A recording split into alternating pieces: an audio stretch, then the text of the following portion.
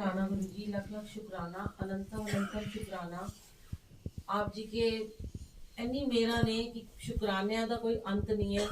सबका जीवन गुरु जी से जुड़ के आज शुक्राना ही बन चुका है और शिकायतों का दौर तो खत्म हो चुका है। ये भी बहुत बड़े बड़े सत्संग गुरु जी करवा देते हैं कि ऐसा नहीं है कि बहुत सारे लोग आते हैं तो बहुत सारा बड़े बड़े सत्संग होते हैं, नहीं, हमारे जीवन में इतने बड़े बड़े सत्संग हो जाते हैं।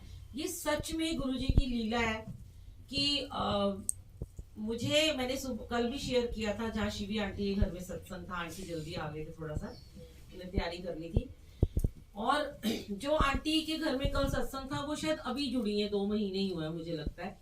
और जब उनका मुझे कॉल आया उससे 10 दिन पहले मुझे सपना आया कि मैं अमृतसर में सत्संग करने आई हूँ और सत्संग कर रही हूँ और वहां पे ना जोत जग रही है ना कोई तैयारी हुई है और लेट हो ही जा रहा है। और मैं बोल रही हूँ भाई आप इतनी लेट कर देते हो, 15 मिनट लेट कर दिए, गुरु जी को ऐसे इंतजार नहीं कराते हैं। तो बड़ी मुश्किल से प्लेलिस्ट भी नहीं चल रही और बड़ी मुश्किल से हमने सत्संग को स्टार्ट किया। तो मैंने वहां पे अपने शेयर किया संगत से, मैंने कहा गुरु जी को बहुत बार बोलती थी मुझे अमृतसर बुला लो, बहुत जगह जाती हूँ, अमृतसर नहीं कभी गई। और अभी 1 महीना पहले मैं अमृतसर आई थी कनाडा वाली आंटी के साथ, जिन्होंने हमारे घर शिवलिंग की स्थापना की थी, उनके साथ आए थे हम। शायद गुरु जी ने उस टाइम पे मेरी अरदास सुनी हो, क्योंकि हम उस दिन होटल में रुके ही नहीं, पूरी रात हम दरबार साहब के बाहर, क्योंकि वो जो आंटी आई थी ना वो उनको कोई होटल ही नहीं यहाँ पसंद आया, वो चंडीगढ़ रहती है, मैं चंडीगढ़ से आई थी। और उसके बाद आंटी कहती है कि हम ना अब यहीं सो जाते हैं, लेट जाते हैं। बाहर ही हम बैठे थे दरबार साहब के दरवाजे के बाहर, रात के 11 से लेके सुबह 4 बजे तक हम वहीं फंसरे रहे। और गर्मी का मौसम था, ठंडा ठंडा फर्श बड़ा अच्छा लग रहा था। अगले दिन गुरु रामदास जी का प्रकाश उत्सव था और इतनी संगत थी और लाइन लगा के लोग बैठे थे और जगमगा रहा था पूरा गोल्डन टेम्पल। और मैंने उस दिन, शायद मेरे लिए तो वाहे गुरु जी सब एक ही हैं, क्योंकि गुरु नानक देव जी ही बानी है ना। गुरु जी ने कहा बानी सुनो, पक्की बानी सुनो, तो वही गुरु नानक देव जी रूप बदल के आए हैं मेरे लिए। तो क्योंकि जब उनको हमने अपना पिता माना, फिर भाई मांगा, भाई नहीं था, माँ बाप नहीं थे, तो उन्होंने एक वीर जी दे दिए मेरे गुरु जी, ले तेरा हाथ मैंने तेरे वीर जी के हाथ में सौंप दिया। ये गुरु नानक देव जी ने स्वप्न में आके मुझे पहली बार दर्शन दिए थे जब मैं फर्स्ट टाइम गुरु जी से जुड़ी थी। और उस समय सच में ऐसे लगा था कि वीर ने मेरा हाथ थाम लिया और फिर धीरे धीरे अपने आप ही लोगों ने नाम डाल दिया गुरु जी की वीरा बुलबुल आंटी। बहुत अच्छा लगता है कि जब, बहुत अच्छा लगता है जब इतना, मतलब जब मुझे लोग कहते हैं कि शायद उनकी सगी बहन भी इतने ज्यादा नहीं जाती होगी सेवा में और उनको इतने लोग नहीं जानते होंगे जितने आपको लोग जानते हैं, तो ये मेरे मालिक की कृपा है। हम कुछ नहीं, हमारी क्या औकात है, हमारे तो कर्म ही काट दिए उन्होंने, इस जीवन में अपना लिया, अपना बना लिया। तो मैंने गुरु जी को बोला जब मुझे सपना आया कि ये क्या लीला है, मैं तो अमृतसर कब जाऊंगी। ठीक 10 दिन बाद मुझे आंटी का फोन आता है, यूट्यूब से कोई नंबर लेती है कि आप मेरे यहाँ सत्संग करने आओ। तो मैं बड़ी खुश हो गई। तो मैंने कहा, आंटी ने कहा मेरे सैलून की ओपनिंग है। करते करते बात हुई और मेरे फोन में ना अमृतसर की कुछ यूट्यूब की जो फोन आते हैं संगत के कुछ नंबर थे जो मैंने अमृतसर करके सेव किए हुए थे। और ये बिल्कुल सच बात है, 15-20 नंबर थे। और मैंने बाई चांस ही, मुझे होटल का पता करना था। आंटी ने कहा मेरा होटल है तरन तारण में, पर वो गोल्डन टेम्पल से बहुत दूर है, तो हम कहीं और अरेंजमेंट कर देंगे, तो वो नहीं पा रहा था। और मैंने जब लिस्ट निकाली तो रश्मि आंटी का नंबर ऊपर नहीं था, बीच में था कहीं पे। ये गुरुजी जानते हैं ना, मैं रश्मि आंटी को जानती ना, मुझे पता कभी उन्होंने मुझे फोन किया है, इनका नंबर कैसे सेव है मेरे पास। और मैंने इनके नंबर पे कॉल कर दिया और अंकल ने फोन उठाया और मैंने कहा अंकल, रश्मि आंटी कहते आज फोन मेरे पास है। तो मैंने कहा ऐसे ऐसे हम आ रहे हैं, हमें कोई होटल की बुकिंग करवा सकते हो आप। अंकल कहते हैं आंटी आप बिल्कुल चिंता मत करो, मैं भी आपकी आंटी से बात कराता हूँ, सब कुछ हो जाएगा। फिर मैं सत्संग में चली गई, सेवा थी, आंटी का फिर फोन आया, मैंने नहीं देखा, फिर मैंने आंटी से बात की। फिर यहाँ नीतिका बेटी आई हुई है, ये भी बहुत 2 साल से जुड़ी हुई है, पर मैंने कभी भी, मतलब इतनी ज्यादा मैं बात नहीं करती संगत से क्योंकि इतना टाइम ही नहीं होता। फिर मैंने इनको फोन किया कि तुम कुछ देख दो। इन्होंने फिर मुझे शिवानी आंटी का बताया कि इनका होटल है ऐसे से बिल्कुल गोल्डन टेम्पल के सामने। देखिए गुरुजी कैसे लीला लीला रचते रहते हैं। फिर शिवानी आंटी गुरुजी की संगत निकल आई और उन्होंने कहा कि आप हमारे ही होटल में रुक जाना। हमने कहा हमें ज्यादा महंगे नहीं चाहिए होटल। उन्होंने कहा 1000 रुपीज के आप 700 रुपए दे देना। हमने कहा बड़े खुश हो गए हम तो, चलो इतना अच्छा मिल रहा है। फिर आंटी जो शिवी आंटी थी उन्होंने कहा आप मेरे घर में अमृत वेला करोगे। मैंने कहा हाँ, आपका स्टूडियो ओपन हो रहा है, आपके स्टूडियो में हम अमृत वेला कर देंगे। शिवानी आंटी कहती है आंटी मेरे इस होटल में अमृत वेला कर देना। मैं कहा गुरुजी बहुत गोलगप्पे बना रहे हो हमारे। फिर मैंने इनको हाँ कर दी। अब मैं शिवी आंटी को बताऊं ना कि आपको भी हाँ कर दी। अब मैं गुरुजी का कितने कितने ला जाओगे, अद्धे कट्टो। फिर रश्मि आंटी का भी फोन आ गया, अरे बुलबुल आंटी हमारे घर भी सत्संग कर दो। मैंने कहा भाई गुरुजी 2.5 दिन में 3 सत्संग, दिल्ली में भी ऐसे बहुत सेवा लेते हैं। आंटी को मैंने बोला आंटी देखो कॉल आपको गुरुजी ने करवाई है, मुझे नहीं पता, और आप बहुत जुड़े हो। शायद कई बार होता है हम सत्संग की प्लानिंग भी नहीं करते संकट जी, प्लानिंग नहीं होती, इनकी होती है, हमारी तो कोई औकात ही नहीं है। हम घर बैठे होते हैं और हमारे घर में सत्संग हो रहा है। अब आंटी ने कोई सोचा था लोहड़ी, आंटी ने खुद ही मैसेज बना दिया, मुझे ये भी वो नहीं करने दी इन्होंने मेहनत कि लोहड़ी का सत्संग है चलो। मैंने कहा आंटी फिर आप 9 से 11 करा लो, कह बहुत जल्दी नहीं हो जाएगा। मैंने कहा आंटी देखो ये कुछ संगत हमारे साथ पहली बार गोल्डन टेम्पल आई है, मुझे मार डालेंगी कि ये गोल्डन टेम्पल के चक्कर में तो आए हैं, सेवादार तो हैं पर इन्हें वहां भी जाना है। तो हम 12 बजे फ्री होके इनको दर्शन भी करा देंगे और कुछ शॉपिंग वॉपिंग करके हमें 4 बजे निकलना है। अब एक और आंटी आई है बड़ी प्यारी सिम्मी आंटी, वो कल उन्होंने पता नहीं उनको कैसे पता चला, मैं गोल्डन टेम्पल में थी रात को 11 बजे, उनका कॉल आया बुलबुल आंटी आप ना फिर ऐसे करो 12 बजे खाली होके 12 से 1 मेरे यहाँ सत्संग कर दो। ओ मैंने कहा गुरुजी आए तो मार ही डालोगे। मेरे हस्बैंड कहते तुझे मैं यहीं छोड़ जाऊंगा, तो अपने आप किसी गाड़ी में आ जियो, तो यहीं रह जा, आराम से 5-6 सत्संग करके आ। मैंने कहा आंटी आज बख्श दो, अगली बार पक्का पहला सत्संग आपके घर होगा। और अभी नितिका बेटी भी मुझे देख रही है, उसने भी मुझे प्रॉमिस किया है 10 मिनट के लिए मेरे घर चलना।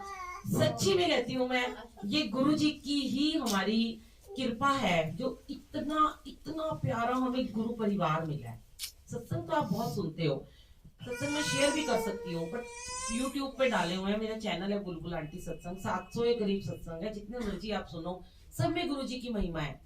पर कई बार हम आंटी ने मुझे बोला कि मेरे यहाँ मैं हमेशा नई संगत को बुलाती हूँ, मुझे बड़ी खुशी हुई।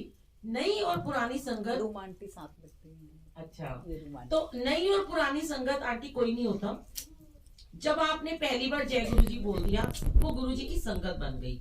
और कभी भी कोई पूछता है कितने साल से जुड़े हो, अब बहुत पहले से मैं बोलना शुरू हो गई कि मुझे 5000 साल हो गए, मुझे 50,000 साल हो गए, मुझे 2000 साल हो गए, क्योंकि पता ही नहीं है कितनी जन्मों से हम गुरु जी से जुड़े हैं। हमने इन्हें देर से देखा ना, ये तो हमें पहले से ही जानते हैं। तो जो आज का बच्चा यहाँ बैठा है, छोटा सा बच्चा भी सत्संग में लिव लगा के बैठा है, उसको गुरु जी दर्शन दे रहे हैं, उसकी लिव लगी है तो वो गुरुजी की संगत बन गया। तो नया पुराना कुछ नहीं होता। कई बार ना मैंने बहुत बार देखा भी है कि हमने ना ये मापदंड ना अपने ही बना रखे हैं। आप कभी भी ना किसी इंसान से मत जुड़ो संगत जी, शायद गुरुजी ने आज ये मैसेज देने यहाँ भेजा हो, क्योंकि जब मुझे कोई कॉल करता है फर्स्ट टाइम, जब कोई पूछता है तो वो ये पूछता है आप कब से जुड़े हो, आप कितने टाइम से ये करते हो। आप देखो ये मापदंड आपने बनाए हुए हैं। अब अगर कोई कह दे कि यहाँ ये संगत आई है और ये तो गुरुजी के टाइम की है, भावे वो उसने गुरुजी को कोई भगवान ना माना हो और उसके साथ गुरुजी बैठे हैं, पर वो ये कहता है रब मेरे साथ कैसे आ गया, क्योंकि हम इतने पापी जीवन में आए हैं, रब मेरे साथ बैठा है, मैं कैसे मान लूं रब मेरे साथ बैठा है, क्योंकि मैं तो मनुष्य हूं, इंसानी योनि में आई हूं। तो और आपके माइंड में एक थॉट प्रोसेस चलता है, उसकी रिस्पेक्ट बहुत ज्यादा बढ़ जाती है। लेकिन आपको नहीं पता होता, कई बार गुरुजी के टाइम की संगत है, बहुत सारे ऐसे सत्संग हैं जो गुरुजी से 2000 में जुड़े और फिर 2007 तक, वो 2013 तक वो जुड़े ही नहीं, 13 साल उनका गैप आ गया। गुरुजी के जाने के बाद फिर उन्हें पता चला अरे यही गुरुजी थे, इनसे तो हम जलंधर में मिले थे, बड़े पछताते हैं। तो क्या अगर उन्होंने आपको ये कह दिया कि मैंने तो गुरुजी को ट्रेन में देखा था, मैं तो गुरुजी को जलंधर में देखा है, तो वो बहुत ब्लेस हो गए? ऐसा नहीं है। आज गुरुजी जिन संगत को ड्रीम में आते हैं, आज गुरुजी आके इतने दर्शन दे जाते हैं, गद्दी के दर्शन देते हैं, हर चीज में दर्शन देते हैं, आपके भाव देखते हैं गुरुजी। कभी भी अपने मापदंड ऐसे मत बनाओ। कोई बहुत पुरानी संगत है तो आप उस, हाँ शुरू में होता है कभी कभी क्यूरियोसिटी होती है, आई इसको छू लो, ये कर लो, वो कर लो, नहीं ऐसा कुछ नहीं है।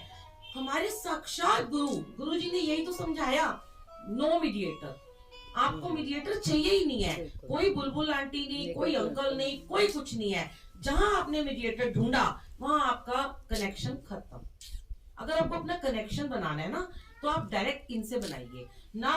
ठीक है, एक जरिया बनाते हैं कि हमें चलो जरिया बना दिया, मेरे को अमृत वेले करने का जरिया बनाया। जबकि जब मैंने अमृत वेले स्टार्ट किए थे, मैं तो बचपन से गुरुद्वारे को ही मानती हूँ, मेरे घर बाबा जी की भीड़ भी है, और मैं बहुत अमृत वेले करती थी। 7 ईयर की एज से ही मैं बहुत स्पिरिचुअल रही हूँ, और मैं बहुत रात रात को 2:30 बजे उठ के सिमरन साधना में जाती थी। पर बीच में फिर मेरा छूट गया अमृत वेला। पर गुरु जी के टाइम जब मैंने अमृत वेला स्टार्ट किया, लाइव स्टार्ट किया, अब 1 साल 2 महीने हो गए हैं, फेसबुक पे मैं लाइव आती हूँ, डेली आती हूँ, क्योंकि पहले मैं भी कभी कभी छुट्टी मार जाती थी। अब वो लाइव के चक्कर में ना गुरुजी ने मुझे ऐसा बांध दिया कि पूरी संगत तेरी इंतजार करती, तुझे तो उठना ही है, चाहे तू जगराते से आ, चाहे तू रात भर मत सो। बहुत लोग मेरे खिलाफ हुए, बहुत लोगों ने मेरे बारे में बोला कि गुरुजी ने तो नहीं कहा अमृत वेला करो, गुरुजी ने तो कहा। क्योंकि लोग है ना, जो नहीं जागते हैं वो तो बोलेंगे ही बोलेंगे, जो जागते हैं वो कहते हैं ना, जो सोवत है वो खोवत है, जो जागत है सुखावत है। तो जो जाग गया अमृत वेले में, उसको तो मिलना ही मिलना है। और फिर जब ऊपर से फिर जब देखा उन्होंने कि ये कहां से यहाँ से यहाँ से यहाँ से यहाँ पहुंच गए हैं, तो धीरे धीरे लोग फिर कहते हैं, मैंने अपनी एक बुक लिखी थी, मेरी जिंदगी बुलबुल, शायरी करती थी पहले मैं, अब तो गुरुजी के लिए शायरी करती हूँ। तो उसमें मैंने ना एक बात लिखी थी बड़ी अच्छी 2 लाइन की, कि सबसे पहले जब भी आप कोई अच्छा काम करते हो ना, तो सबसे पहले आपका विरोध किया जाता है, फिर धीरे धीरे उसको मान लिया जाता है। तो क्योंकि सच की जीत होती है। आप जब कोई अच्छा काम करते हो ना, पहले लोग आपको पीछे जरूर खींचेंगे, और वो क्यों खींचेंगे, क्योंकि हमारे वश में नहीं है ये काम, क्रोध, लोभ, मोह, अहंकार यहाँ बैठे हुए हैं, वो खींचेंगे ही खींचेंगे, क्योंकि ना वो जागेंगे और ना घर वाले ही पहले आपको कह देंगे। बहुत ऐसी आंटियां अंकल मुझे मैसेज करते हैं, फोन करते हैं कि हमारे घर वाले से डर डर के हम छुप छुप के अमृत वेला करते हैं आंटी, बहुत डर लगता है, उनकी नींद ना खराब हो जाए, ये ना हो जाए। तो मैं उनको एक ही बात कहती हूँ कि जब आप जल प्रसाद रखते हो ना, अमृत वेला करते हो ग्लास में भर के गुरु जी के लिए, चुपचाप वो जल प्रसाद 24 घंटे के बाद उनके खाने में धीरे धीरे मिलाना शुरू कर दो, वो आपको जादू का काम करेगा। और ऐसी कितनी संगत जिनके पति नहीं मानते थे, जिनके बच्चे, मेरे घर से शुरू हुआ, जो नहीं उठते थे और जो कहते थे, खिलाफ थे कि डिस्टर्ब करते हो, दुनिया को डिस्टर्ब करते हो। दुनिया को हम नहीं करते, अपने घर में करना है, बोलते तो है ही है। सब के सब बिल्कुल चेंज हो गए। जिनकी सासें बहू को दुखी करती थी, और जिनकी बहू सास से दुखी थी, जो अपने पति से दुखी थी, जिनके पति शराब पीते थे, जिनके पति उन्हें मारते थे, जिनके बच्चे नहीं थे। इतने सत्संग ऐसे ऐसे कि पता नहीं कौन कौन सी जगहें भूल जाती हूँ, कौन कौन से गांव से, कस्बों से फोन आते हैं। और जब उन्हें मैं एक ही बात कहती हूँ, अमृत वेला करो, और जब वो करते हैं उनकी सारी प्रॉब्लम खत्म, क्योंकि वो जल देना शुरू करते हैं। उस जल में ना, जब आप 1 घंटा 9 मिनट का मंत्र जाप करते हो ना, आपकी उस जल में ना गुरुजी अपनी पूरी की पूरी पावर डाल देते हैं, और वो अमृत वेले में ही डालेंगे। क्योंकि आप देखो, अमृत वेले में पूरे जितने भी देवी देवता होते हैं वो सब विचरण करते हैं आकाश में। ये बात बिल्कुल सच है, ग्रंथों में भी लिखा हुआ है, मंदिरों में, गुरुद्वारों में, हर जगह प्रकाश होता है, सुबह ही होता है। उसके बाद तो सुबह होने के बाद 9 बजे 10 बजे तो आप दुनियादारी में फंस जाते हो। जो सुबह आपका कनेक्शन बनेगा वो इतना प्योर होगा। वो लोग कहते हैं हमारा कनेक्शन नहीं बनता, उनकी जो नेगेटिविटी होती है वो सबसे पहले अमृत वेले में दूर होती है। और अगर आप नेगेटिव हो, आपके घर में सारा माहौल नेगेटिव होगा। एक भी बंदा पॉजिटिव हो गया, सारे पॉजिटिव हो जाएंगे। आप देखो करके, एक ने कर लिया और वो जल पिला दिया, और वो जल आपने जब पिया, उसको दिया, उसके थॉट प्रोसेस सारे चेंज कर देते हैं गुरुजी। उसको आपको किसी को कुछ नहीं कहना, जबरदस्ती भी नहीं करनी, तू ये काम कर। बच्चा पढ़ता नहीं है, सच बता रही हूँ, ऐसे ऐसे सत्संग है। एक बच्चे का एग्जाम था 10th का, वो बच्चा बिल्कुल मैथ्स नहीं पढ़ता था। कुरुक्षेत्र की आंटी है, बहुत साल पहले की बात है। तो मुझे कहती है, आंटी योर बुलबुल आंटी, मैं थोड़े बड़े सत्संग सुननी, आप प्लीज कुछ करो, आज मेरे मुंडे का ना पेपर है बोर्ड का, और उसको कुछ नहीं आता, वो बिल्कुल नहीं पढ़ता, सब भूल जाता है। रात को उनका मुझे फोन आया, मैंने कहा आंटी देखो, पढ़ेगा तभी तो कुछ होगा, जादू थोड़ा ना गुरुजी करते हैं। इतना आप कर सकते हो कि जब वो पढ़ रहा हो तो आप उसके रूम में धीरे आवाज में मंत्र जाप चला देना, और जल रख देना और वो उसको जल पिलाना, और आप मेरी उस बच्चे से बात करा दो। मैंने उस बच्चे से कहा बेटे तूने कुछ नहीं करना, जब तू पेन उठाएगा ना तो तूने ओम नमो शिवाय शिव जी सदा साई, ओम नमो शिवाय गुरु जी सदा साई 2 बार बोलना है और पेन लेके शुरू कर देना है, और अगर तू कुछ भूल जाए तो फिर जाप कर लियो। मैंने आंटी से बोला जब आपके बेटे का पेपर शुरू होगा स्कूल में, जब जाएगा सेंटर में 9:30 बजे, आप उस टाइम घर में जाप चला लेना, 2:30 बजे तक, जब तक उसका पेपर ना खत्म हो आपने जाप बंद नहीं करना। और उस टाइम आपका कोई भी इंपॉर्टेंट फोन है आपने काट देना है। आंटी कहती सच्ची से होगा? मैं क्या हाँ। आंटी कहती आंटी ये तो फेल हो जाएगा, तो 20 नंबर भी नहीं आने आगे। मैं क्या चलो, मैंने तो क्या कि मैं भूल जाती हूँ, मैं नहीं ऐसे अरदास करती गुरुजी। हाँ मैं गुरुजी से कहती हूँ गुरुजी आपके लिए मैंने बोल दिया, अब आप जानो आपकी ला जाएगा, मेरा तो कुछ नहीं जाने वाला, जाना आपका, आपका नाम खराब होगा।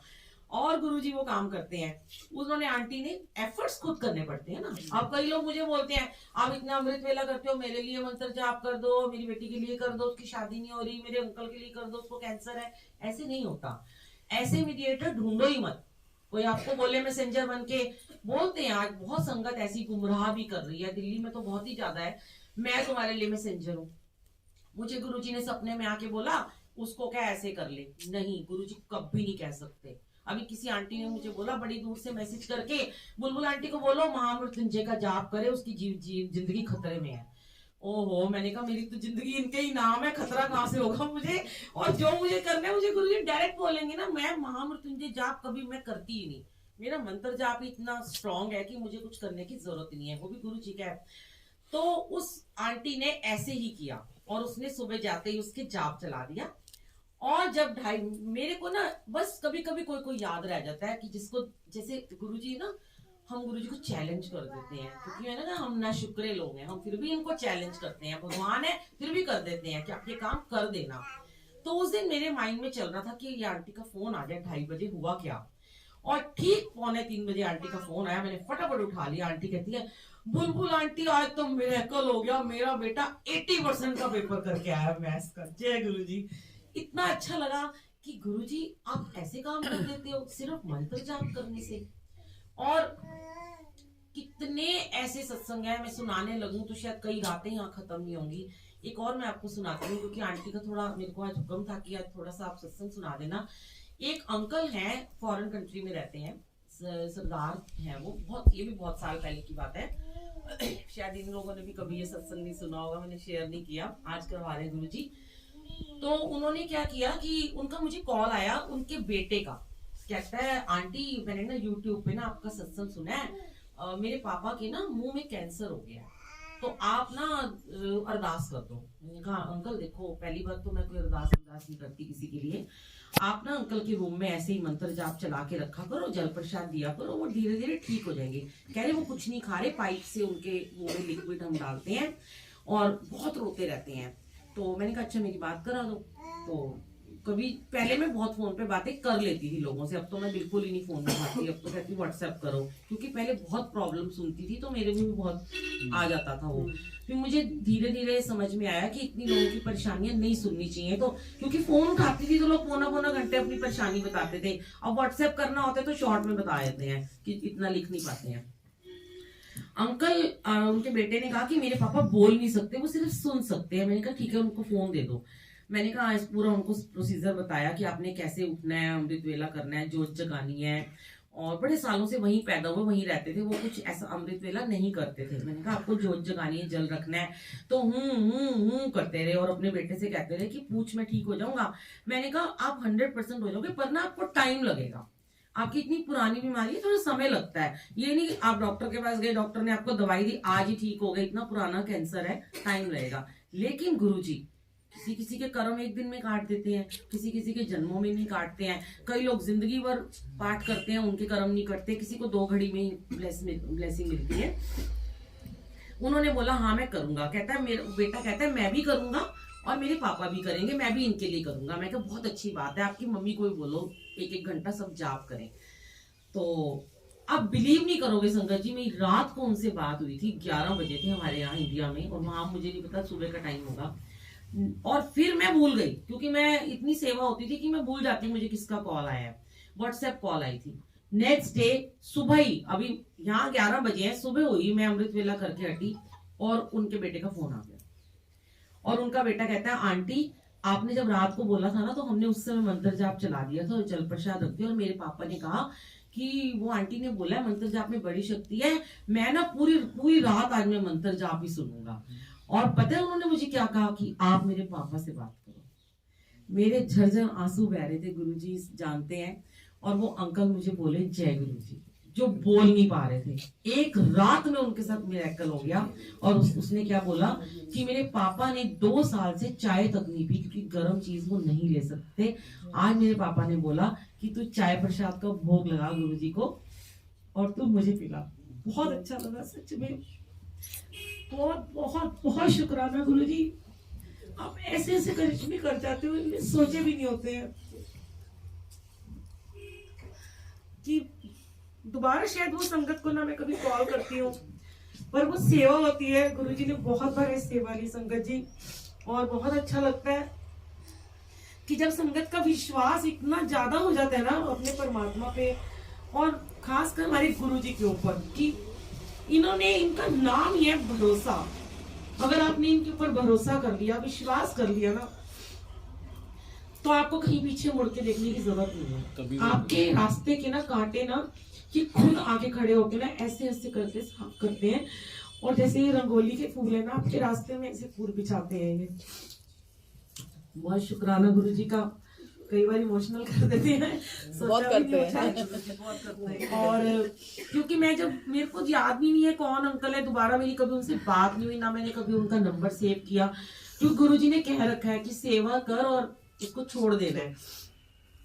अगर हम सेवा करने के बाद हम उनको बार बार पूछे तुम कैसे हो, तुम्हारा क्या हाल है, फिर हमारा ना उनके साथ कनेक्शन बनता है। तो गुरुजी कहते तुम्हें अपना कनेक्शन नहीं बनाना। अब मैं कई बार सत्संग में बहुत जगह जाती हूँ, भोपाल गई, बहुत जगह ऐसी कितनी जगह है, लुधियाना कितनी बार गई हूँ, पर मैं कभी नहीं किसी को मैसेज करती, क्योंकि फिर गुरुजी कहते हैं कि फिर तू तो अपना कनेक्शन बना रही है ना।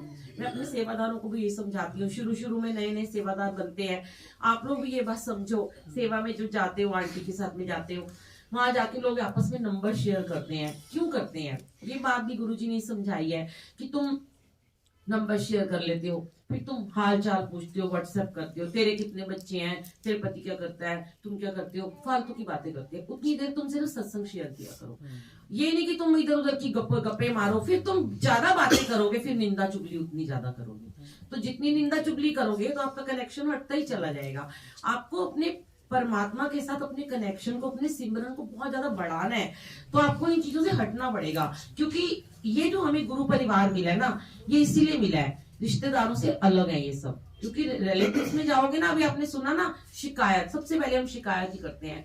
आप देखो लोग मिलेंगे, रिश्तेदार, दरानी जेठानी बहने, कोई भी मिलेगा, कह देंगे तू तो बड़े आदमी हो गई है, तू तो बड़े आदमी हो गए, तुम तो मिलते ही नहीं हो, तुम्हारा टाइम ही नहीं है। पर आप देखो गुरु संगत कभी आपको ऐसा नहीं बोलेगी, कभी भी नहीं बोलेगी। चाहे वो आपको 1 साल बाद मिले, चाहे 2 साल बाद मिले, चाहे कभी ना मिले, वो यही कहेंगी वाह वाह बड़े अच्छे लग रहे हो, वाह तुम्हारा तो सत्संग सुनते हैं, बड़ा अच्छा लगता है, तुम आया करो सत्संग में, ऐसी बातें करते हैं।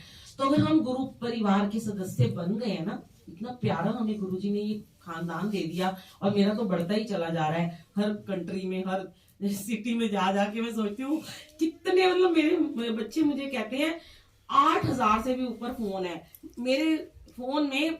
कोई ऐसा नहीं है जिसको मैं अगले दिन जब मिल के आती हूँ, अगर वो नंबर सेव कर लेता है और मेरे को मैसेज करता है, तो मेरा व्हाट्सएप उसे जाएगा ब्रॉडकास्ट में। अब उसमें चाहे सब्जी वाला है, चाहे वो स्वीपर है, चाहे वो प्रेस वाला है, जाएगा ही जाएगा उसको। तो क्या हो रहा है, ये हम तो गुरुजी की अपनी ब्लेसिंग ही शेयर कर रहे हैं, हम खुद से नहीं जोड़ रहे ना। आपको भी ऐसे ही करना है। और बहुत सारी आज कुछ 1-2 बातें और भी थी जो मैंने आंटी को आके बोला कि ज्यादा नहीं है, गुरुजी ने आपको किसी भी व्यायाम में पढ़ने को संगत जी नहीं बोला, क्योंकि बस इतना है कि वो परमात्मा है और उनका और हमारा थोड़ा सा फर्क है, क्योंकि हम संगत हैं, वो रब है, हमें वो मेंटेन करके रखना है। जब गुरुजी की गद्दी लग जाती है तो गुरुजी की गद्दी के सामने कोई सोफे पे नहीं बैठना चाहिए, क्योंकि हमारी इतनी औकात नहीं है कि हम इनके सामने इनके जैसे सोफे के ऊपर बैठ जाएं। और सबसे बड़ी बात यह है कि अगर हम एक सोफा लगा दिया, समझ लो 2 सोफे लगा दिए, आज 100 संगत है, आप आज देखो हर किसी को घुटनों की प्रॉब्लम है, हर कोई बुजुर्ग होना जा रहा है, 50 तो बुजुर्ग निकल आएंगे, है ना। तो अगर आप वो 2 सोफों के ऊपर कितने लोग बैठेंगे, 5 या 6, तो गुरुजी कहते हैं कि इसका मतलब इस 100 संगत में वो 6 वीआईपी थे जो सोफे पे बैठे हैं, और बाकी सब ने माड़े कर्म किए थे जिनके घुटने दर्द थे, पर उनको सोफा नहीं ना मिला तो वो जमीन पे बैठने में मजबूर हो गए वो। और आप जितना जमीन पे बैठोगे, ये मैं एग्जाम्पल इतना बड़ा आपके सामने खड़ी हूं कि मैं कभी चौकड़ी नहीं मार सकती थी, ना मैं खड़ी हो सकती थी। मुझे इतनी बैक लोअर पेन होती थी कि मैं हर वक्त ऐसे ऐसे करती थी और मैं 2-2 मिनट में जाके बेड पे लेट जाती थी, कभी मैं सेवा नहीं कर सकती थी। गुरु जी ने सिर्फ मुझे अपना लंगर प्रसाद खिला के, जमीन पे बिठा बिठा के, चौकड़ियां मरवा के, आज 2-2 घंटे जाप में, 3-3 घंटे ऐसे बिठाते हैं, 6-6 घंटे भी बिठा लेते हैं, कुछ भी नहीं होता। इन पे अपनी डोर छोड़ दो, समर्पण कर दो। मैंने आज भी बोला था संगत को कि अगर आपको कोई प्रॉब्लम नहीं है, नीचे बैठो, अगर है तो भी बैठ जाओ, एक बार इन पे भरोसा तो करके देखो। ये सारे दर्द आपके खींच लेते हैं, सिर्फ जमीन पे बैठने से ही खींच लेंगे। शुरू शुरू में प्रॉब्लम होती है, हमें भी होती थी, हम कभी टांग ऐसे करते थे, कभी ऐसे करते थे, कभी ऐसे करते थे, कभी उठते थे, पर एक बार जब आपकी लिव लग जाती है ना, 2 घंटे आपकी लिव लग गई है, आपको पता ही नहीं है आपके कहाँ दर्द हो रहा है। कल रात की बात है, शिवानी आंटी की कजन आए हुए थे, तो वो रात को मिलने आए, हंस रहा है वो। मैं ना ऊपर गई, जब बहुत थक गए थे, हम दिन में सत्संग किया, सुबह के उठे हुए थे, और हम मंदिर गए ना गोल्डन टेम्पल, तो ठंडे जमीन पे रात के 11 बजे वो बर्फ जैसे पैर हो गए और बहुत सर और बैक में पेन हो रहा था। तो मैं बेड पे आके बैठ गई, मैंने कहा हाय इतनी दर्द है, आज तो कोई मालिश वाले मिल जाए, मैं तो मालिश करवा लूं। बिल्कुल नहीं बैठ पा रही हूँ, लेट भी नहीं पा रही हूँ। इतने में वो आंटी अंकल आ गए और उन्होंने कहा कि हम ऐसे से बातें करने लगे, हम आपको लुधियाना में मिले थे आंटी, हमारे जम्मू में ना 7 जुलाई को बहुत बड़ा महासत्संग है, आप जरूर आना, रविंदर जी आ रहे हैं, ऐसे करके। तो मैं कोई नहीं था मेरे कमरे में, मैं उनको सत्संग सुनाने बैठ गई और मैंने उनको 15 मिनट के अंदर शायद मैंने उन्हें 15 सत्संग सुना दिए, 10-12 सुना दिए। मुझे नहीं पता मेरे को क्या हुआ, जब मैं खड़ी हुई तो मैंने उन आंटी से खुद बोला, मैंने कहा आंटी मैं तड़प रही थी दर्द से और मेरी बिल्कुल दर्द गायब हो गई। सत्संग सुनाने से ही मेरे में इतनी एनर्जी डाल दी गुरुजी ने कि मुझे, और ये सब हंस रहे आंटियां, अभी तो रो रही थी आंटी और अभी तो इतनी इनको खड़ी होकर सत्संग सुना रही हैं। तो ये इनकी माया है, इनकी लीला है। और जब भी आप, मेरा कहने का यही मतलब है, जब आपकी लिव लग जाती है इस 2 घंटे में, आपको नहीं पता आपका दर्द कहाँ चला जाएगा। उसके बाद चाहे आप उठो, एक कड़क्का बोलेगा आपका, लेकिन कुछ नहीं होने वाला। और लुधियाना का सत्संग है, यूट्यूब पे सुन लेना। आंटी सुने आपने कि अंकल थे जो 10 साल से, सुनाई दूं इनको, मैंने सुना 10 साल तक वो अंकल ना जमीन पे नहीं बैठे थे, चौकड़ी मार के, बहुत बुजुर्ग थे, 85 ईयर के थे वो। बहुत बड़ा उन्होंने सत्संग किया, घर में ही किया, बहुत बड़ा उनका घर था, 250-300 संगत थी। तो गद्दी लगाई हमने, तो आके उनके बेटे ने साइड में चेयर लगा दी। तो मैंने कहा ये किसके लिए? कह रहे हमारे पापा ना जमीन पे नहीं बैठ सकते। मैंने कहा अंकल अगर वो नहीं बैठ सकते तो अंदर बेडरूम में जाके बैठ जाएंगे, वो यहाँ नहीं बैठ सकते। कहते नहीं आंटी वो तो यहीं बैठेंगे, उनको तो पूरा सत्संग अटेंड करना है। मैंने कहा देखो उधर कोने में बिठा दो, इस कमरे में बिठा दो, 4 कमरे आसपास है, बीच में आपका ड्राइंग रूम है, सबसे दिखाई दे रहा है गुरुजी का दरबार और गुरुजी हर जगह है। अब वो जिद पे अड़ गए, उनके बच्चे, उनकी बहू डॉक्टर थी। तो मैंने अंकल से बोला अंकल आप बताओ क्या आप जमीन पे बैठना पसंद करोगे? अंकल बड़ी देर से मेरी और उनकी कन्वर्सेशन सुन रहे थे, मैं उनको गुरुजी के कुछ सत्संग सुना रही थी।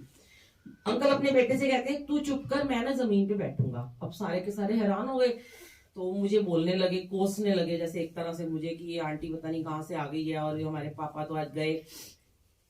मैंने कहा गुरुजी अब आपके हाथ में है, मेरी भी और आपकी लाज भी, अब इनका कुछ खराब मत कर देना। अंकल ने जोत जगाई और अंकल बड़ी ऐसे करके आराम आराम से हाथ रख के 10 साल के बाद वो जमीन के ऊपर बैठ गए संगत जी। उनके बच्चे बिल्कुल, उनका कोई लिव नहीं लग रही थी, वो हर थोड़ी देर में आके पापा ठीक हो, पापा ठीक हो, पापा ठीक हो। वो कहे मैं ठीक है, तुम जाओ अपना बैठो, छोड़े ना उनको। 2 घंटे उन्होंने एम ही व्यर्थ कर दिए। अब 2 घंटे के बाद जब हम आरती के लिए उठाने लगे और डांस वांस करने के लिए मैंने बोला, तो मैं भी अंकल को देख रही थी और मैं गुरुजी से कह रही थी गुरुजी आज जेल मेरी पक्की है, अगर इन अंकल को कुछ हो गया इन्होंने नहीं छोड़ना मेरे को। और मैंने अंकल से कहा आप ठीक हो? कहते हैं हाँ। उनके बच्चे आए, उनको कहते हैं, अब मेरे को कहते हैं बुलबुल आंटी आपने बहुत गलत किया हमारे साथ ना, अच्छा नहीं किया, हमारे पापा की टांग आज गई, मतलब इनका घुटना खत्म है, ये उठ ही नहीं सकेंगे और हमें एम्बुलेंस बुलानी पड़ेगी। मैं कहा चलो जय गुरुजी देख लेंगे अपने आप। और उन्होंने अपने बेटे से बोला कि तू मुझे छोड़ दे, मैं खुद उठूंगा।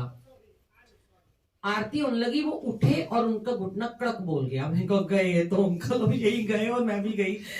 गुरुजी अंकल को उठा दो। अंकल एकदम खड़े हो गए और आप मानोगे नहीं, अंकल ने इतना डांस किया, अच्छे से आरती की। अंकल ने फिर उसी समय अपना सत्संग शेयर किया कि मैं आज 10 साल के बाद जमीन पे बैठा। ये कृपा है गुरु जी की। एक भरोसा इतना सा करके देखो बस, और कुछ भी नहीं है। ये सारा खेल भरोसे का है।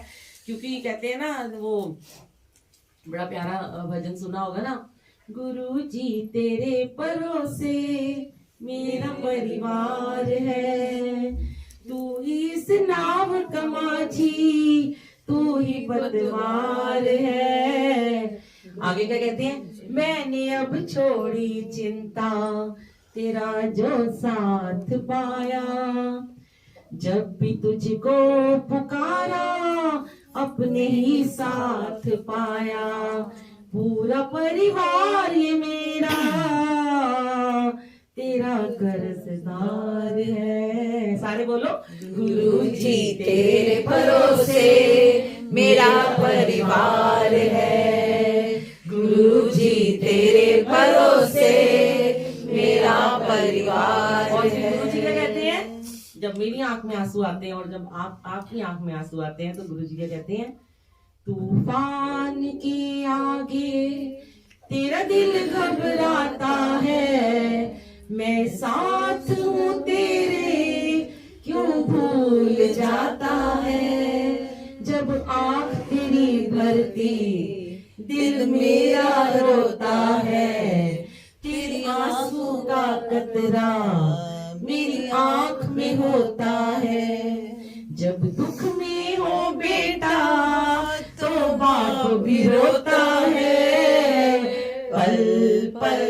तेरे साथ मैं रहता हूँ, डरने की क्या बात, जब मैं बैठा हूँ पल पल तेरे साथ। ये गाना हमेशा गाते हैं जब भी मैं रोती हूँ, और आप भी जब रोओगे देखना, गुरुजी हमेशा रोते हैं। तो इसलिए हमें रोना नहीं है कभी भी। वो तो खुशी के आंसू में आपके शुक्राने करते गुरुजी बह जाते हैं, दुख से तो हम रोते ही नहीं है। लोहड़ी मुबारक हो सबको। जय गुरुजी, शुक्राना गुरुजी। आंटी अब आज के लिए इतनी सत्संग काफी